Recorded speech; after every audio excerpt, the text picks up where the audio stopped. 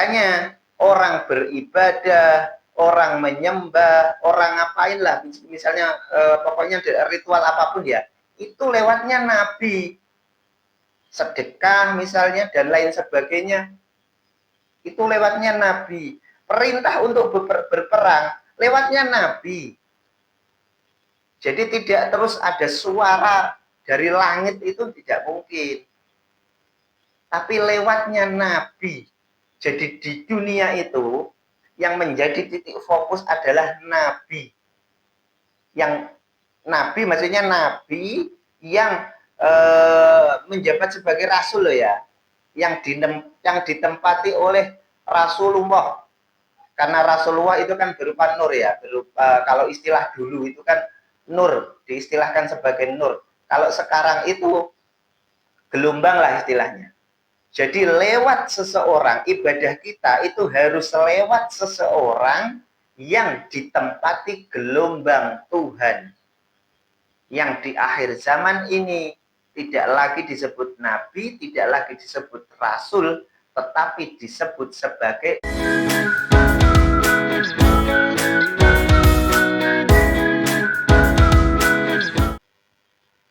Assalamualaikum warahmatullahi wabarakatuh. Om Swastiastu, Namo Buddhaya, Salam, Salam Rahayu, Salam Kebajikan. Ketemu lagi dengan Combre Makrifat. Pertemuan kali ini kita akan mencoba untuk berbagi sedikit tentang fungsi seorang rasul diutus ke dunia. Di dalam semua agama itu pasti ada rasul pembawanya. Jadi seluruh agama itu pasti diperkenalkan oleh seseorang yang disebut sebagai rasul. Di dalam Islam ada Rasul Muhammad. Kemudian di Nasrani ada disebut sebagai Isa atau Yesus. Kemudian di Hindu ada kita kenal Tuan Guru Krishna. Kemudian di Buddha ada kita kenal Siddhartha Gautama. Dan banyak agama yang lain yang kesemuanya itu pasti diperkenalkan oleh seseorang. Ada yang menyebut itu sebagai rasul atau yang lain. Itu hanya sebutan saja. Tapi yang pasti agama itu semuanya dibawa oleh sosok. Nah, sosok itulah yang kalau di dalam Islam disebut sebagai seorang rasul. Kemudian fungsi daripada rasul itu apa? Jika Tuhan Maha Kuasa, Maha segalanya, kemudian mengapa untuk turun ke dunia Ia mengutus seorang rasul? Itu yang penting, yang mesti kita bahas malam ini. Jadi gini ya, kita contohkan atau kita ibaratkan seperti ini. Misalnya Bapak Bupati. Bapak Bupati itu mendapat undangan dari misalnya ada pengajian lah ya, pengajian atau ada acara di kampung, kemudian itu mengundang bupati. Karena bupati itu tidak bisa hadir, kemudian bupati itu mengutus seseorang untuk mewakilinya dalam acara tersebut. Jadi yang datang itu bukan Bapak Bupati, tetapi wakil atau orang yang diutus oleh Bupati dalam suatu acara. Nah, kira-kira ketika kita ingin menitipkan entah itu amplop, entah itu apa ya, pokoknya sesuatu lah, surat misalnya, untuk disampaikan kepada bupati, kira-kira surat itu kita berikan kepada siapa? Ketika dalam acara itu Bapak Bupati tidak hadir loh ya. surat yang mau kita sampaikan kepada Bapak Bupati itu pastinya diberikan kepada orang yang mewakili bupati tersebut. Nah, begitu juga dengan seorang rasul. Seorang rasul itu fungsinya yaitu ketika kita ingin mengabdi atau berbakti ya, berbakti kepada Tuhan yang di sana, sementara Tuhan itu turun ke dunia ini lewat seorang rasul, kita kira-kira ketika kita ingin mengabdi, kita ingin ubudiyah, itu kira-kira lewatnya siapa? Kan lewatnya kan pasti rasul itu, rasulnya Tuhan itu. Nah, itulah yang di dalam sifat Tuhan atau sifat wajibnya Tuhan itu ada sifat wujud.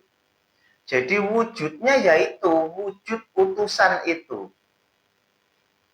Tuhan ketika memerintahkan kepada manusia untuk sholat misalnya. Sholat itu, perintah sholat itu kira-kira siapa yang menyampaikan? Kan rasulnya, kan? Lewat nabi lah pada abad ke-6 yang lalu. Pastinya lewat nabi. Yang menyuruh kita untuk menjalankan sholat, untuk mengerjakan sholat adalah nabi atau rasul. Begitu juga ketika kita ingin menitipkan sesuatu atau apa ya, intinya memberikan sesuatu, persembahan lah ya, ingin mempersembahkan sesuatu pada Tuhan, pastinya lewatnya adalah rasul itu. Nah, gelar rasul ya, istilah rasul itu kan dipakai walaupun itu hanya bahasa ya, karena rasul itu kan berarti utusan. Hanya saja jika saat ini orang itu menyebut rasul itu akan banyak apa ya, akan banyak perdebatan karena menganggap bahwa rasul itu sudah hatam pada masa Nabi Muhammad, sehingga setelah kenabian Muhammad itu sebutannya tidak itu. Tapi secara fungsi, kalau dulu disebut rasul, secara fungsi saat ini itu ya sama. Al ulama warasatul anbiya, ulama yang mewarisi nabi, itu ya sama, kedudukannya sama. Tetapi karena dulu rasul itu cuma satu, misalnya pada masa Nabi Muhammad.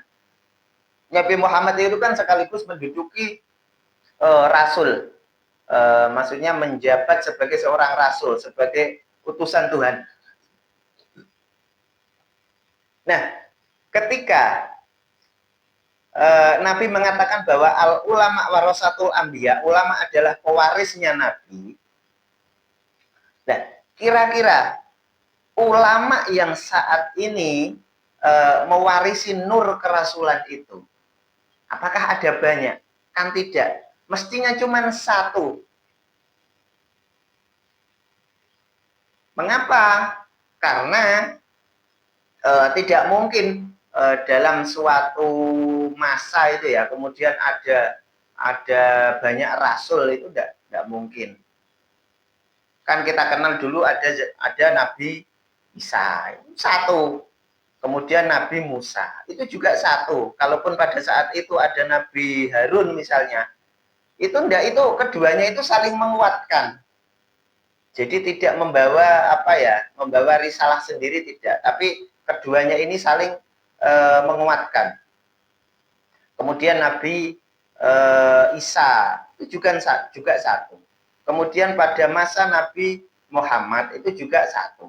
Nah, turunnya estafetnya yang ulama warasatul anbiya, kemudian selanjutnya hingga saat ini itu juga pastinya satu. Yang sebutannya sebagai mursyid itu ya, yang sering kita sampaikan di dalam YouTube di video-video sebelumnya bahwa istilah rasul itu sekarang sebutannya tidak lagi rasul, tetapi sebagai wali yang mursyida. Itu sebutan untuk saat ini. Maka wali yang mursyida, yang waris, itu mestinya cuma satu. Nah, kembali ke fungsi itu tadi ya, kembali kepada fungsi daripada rasul. Tuhan kemudian turun ke dunia ini lewat rasul. Misalnya Tuhan itu membawa apalah, perintah dan lain sebagainya, itu lewatnya ini, lewatnya rasul ini. Nah, yang menyampaikan kepada manusia ini kan rasul. Jadi status rasul, status wakil Tuhan itu berarti sama ya, sama dengan Tuhan di dunia ini. Ini sejalan dengan umat Nasrani yang mengatakan bahwa Yesus itu anak Allah, anak Tuhan. Karena untuk kita untuk mengabdi misalnya, itu kan lewatnya ini, lewat rasul ini. Seperti itu tadi loh, seperti contoh itu tadi. Misalnya kita itu ingin mengajukan proposal misalnya atau surat kepada Bapak Bupati atau Bapak Presiden. Surat itu kan pastinya kita sampaikan kepada wakilnya. Misalnya di desa itu wakilnya Bapak Bupati atau Bapak Presiden itu misalnya Pak RT misalnya. Surat itu kita sampaikan ke Pak RT. Nanti baru diteruskan, kan seperti itu ya. Mengapa? Karena Tuhan itu tidak turun langsung. Tidak mungkin Tuhan itu turun langsung ke dunia ini, tidak mungkin. Kalau memungkinkan, maka rasul ini tidak mungkin ada, tidak kepake lah. Ngapain harus memakai rasul jika Tuhan bisa turun langsung ke dunia? Sementara perintahnya kan, kita diperintah sholat. Akimis sholata li dzikri. Perintah itu, perintah untuk mengerjakan sholat itu, akimis sholata li dzikri. Itu lewat siapa? Kan lewat Nabi Muhammad kan pada waktu itu. Nah, Nabi Muhammad memerintahkan kepada umatnya, dirikan sholat untuk mengingatku. Nah, karena yang menyampaikan pada saat itu adalah Nabi Muhammad, maka untuk apa itu namanya? Untuk sholat itu kita harus ingat kepada Nabi Muhammad. Tapi apakah itu berarti kita menyembah Nabi Muhammad? Nah, mungkin pertanyaannya itu ya, ini yang agak bahaya, agak sensitif maksudnya. Yang agak sensitif kan di sini. Apakah itu berarti kita menyembah Nabi Muhammad? Kan tidak. Sama halnya ketika saat ini kita sholat menghadap Ka'bah. Misalnya ya, misalnya pas saat ini kita posisinya di Mekah misalnya. Kemudian kita sholat, kita karena berhadapan dengan Ka'bah, Ka'bah itu tepat di hadapan kita, kemudian kita bersujud kepada Ka'bah itu. Apakah kita menyembah Ka'bah? Kita menyembah batu? Kan tidak. Jadi Ka'bah ini posisinya sebagai kiblat. Nah, begitu juga Rasul atau mursyid saat ini. Ketika kita beribadah kemudian menghadirkan dia, apakah itu berarti kita menyembah kepada mursyid atau rasul itu? Kan tidak. Mengapa? Itu hanya sebagai kiblat jasmani, kiblat zahir. Mengapa? Karena Tuhan itu laisa kamislihi syai'un. Ia tidak serupa apapun. Tidak serupa apapun itu berarti tidak bisa dijangkau oleh kita, oleh pikiran ini loh.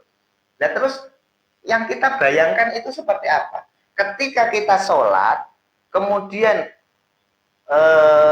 kita itu tidak mempunyai apa ya, kiblat jasmani, kiblat zahir, pasti ini apa, isi kepala ini akan belarak-belarak istilahnya. Belarak-belarak itu kemana-mana. Mungkin justru ketika kita sholat itu malah yang diingat itu ya yang lain. Itulah fungsinya Rasul. Makanya ketika ada perintah akimis sholata lidzikri, dirikan sholat untuk mengingatku. Kata-kata itu terucap dari mulutnya Nabi Muhammad kepada para sahabat pada waktu itu, sehingga para sahabat itu ketika sholat itu yang diingat ya Nabi. Tetapi itu bukan berarti menyembah Nabi. Tetapi Nabi di situ sebagai kiblat jasmani. Mengapa kita harus mengingat Nabi pada waktu itu? Karena Nabi itu seorang rasul. Nah, manusia untuk terhubung dengan Tuhan itu harus menautkan diri dengan rasul, dengan Nabi. Innallaha wa malaikatahu yusholluna 'alan nabi ya ayyuhalladzina amanu yushollu 'alaihi wasallimu taslima. Nabi, Tuhan dan manusia ini titik temunya pada Nabi. Atau yang pada saat itu nur kerasulan itu menempati Nabi itu. Makanya orang beribadah, orang menyembah, orang ngapain lah, misalnya pokoknya ritual apapun ya, itu lewatnya Nabi.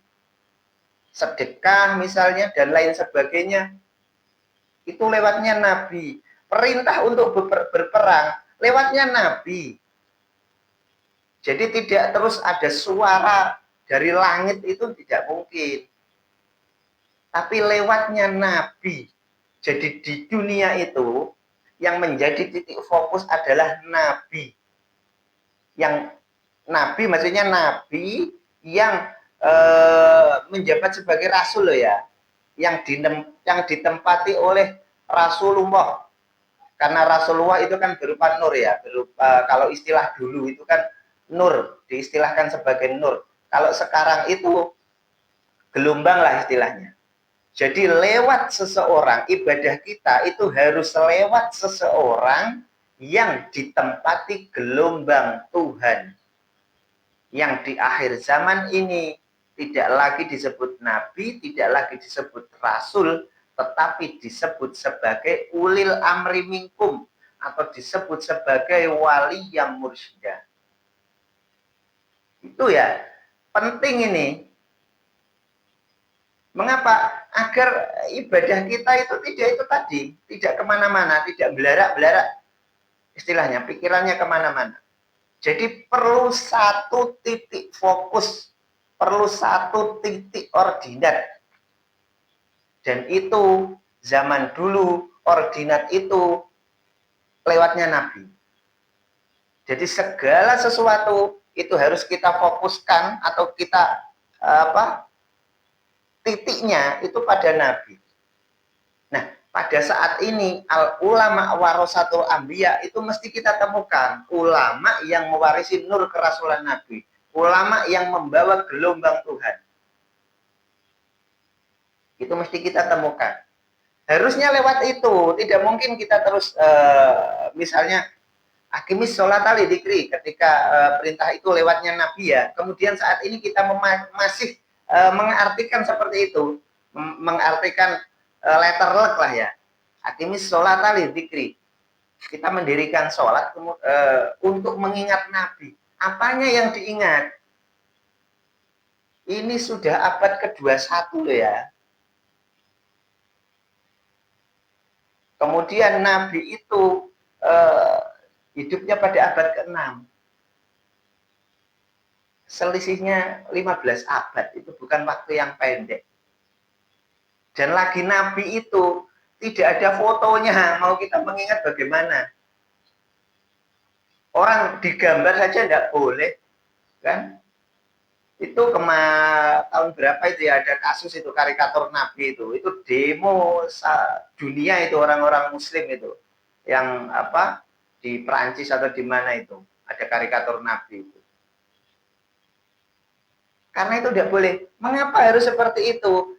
Karena biar orang itu fokusnya tidak ke sana. Jadi harus sezaman,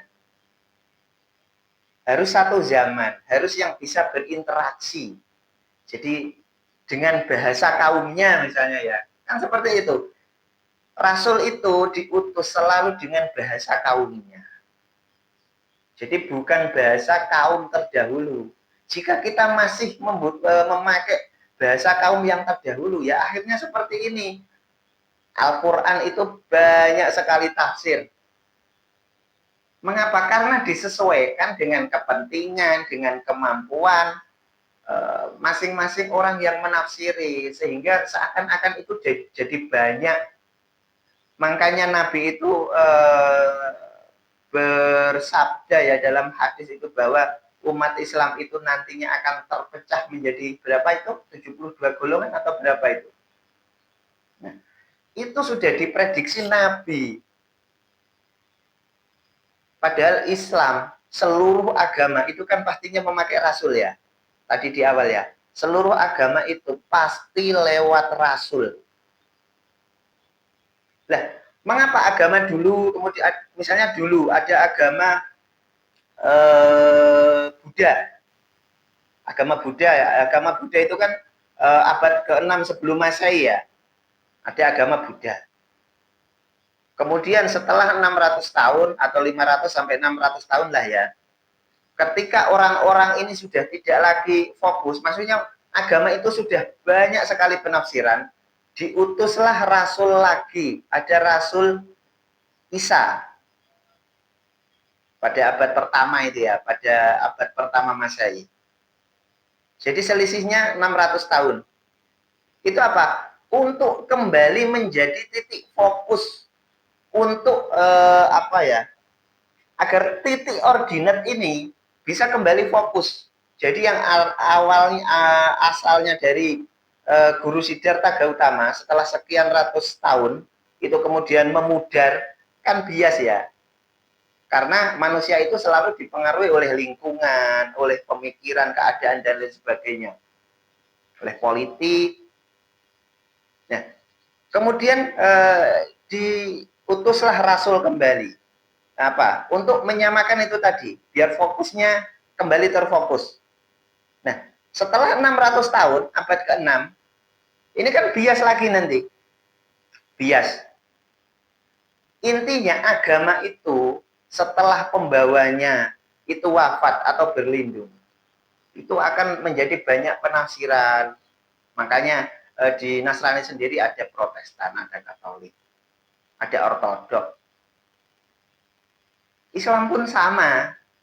Nah, lebih-lebih Islam ini sudah 1.500 tahun, sudah 15 abad. Jika di awalnya pada abad ke-6 itu mungkin melencengnya cuma 0,000 sekian derajat ya. Nah, setelah 1.500 tahun itu makin jauh itu, makin jauh. Makanya itu dinubuahkan oleh Nabi Muhammad bahwa umat Islam nantinya akan terpecah menjadi sekian puluh golongan itu tadi. Nah, mestinya agar titik fokus koordinat ini biar tetap. Nah, Nabi Muhammad mengatakan bahwa al ulama warasatul anbiya, waris ke ulama satu, ulama berikutnya yang itu harus tiap zaman. Agar apa? Ini bisa tersampaikan dengan bahasa masing-masing ini, dengan bahasa kaumnya, sehingga tidak lagi banyak tafsir nantinya. Nah, itulah yang disebut mursyid, statusnya sama dengan rasul. Status, istilah saja yang berbeda. Karena rasul itu diutus selalu memakai bahasa kaumnya. Bukan kaum terdahulu, tetapi kaum yang saat ini. Rasulum min anfusikum. Utusan dari kalanganmu sendiri. Mungkin itu ya. Jadi fungsi rasul itu sebagai itu tadi. Titik ordinat. Agar tidak kemana-mana pemikiran kita itu. Jadi kita untuk berubudiyah dan lain sebagainya, ya lewatnya itu. Seperti contoh di awal itu tadi.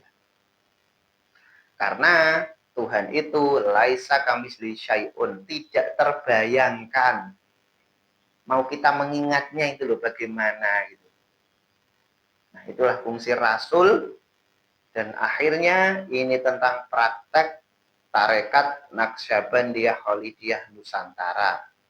Jadi nanti bagi kawan-kawan saudara-saudara yang tertarik dengan kajian ini, nanti bisa belajar bersama agar tercipta ya baldatun thayyibatun wa rabbun ghafur, tidak lagi eker-ekeran karena perbedaan sudut pandang.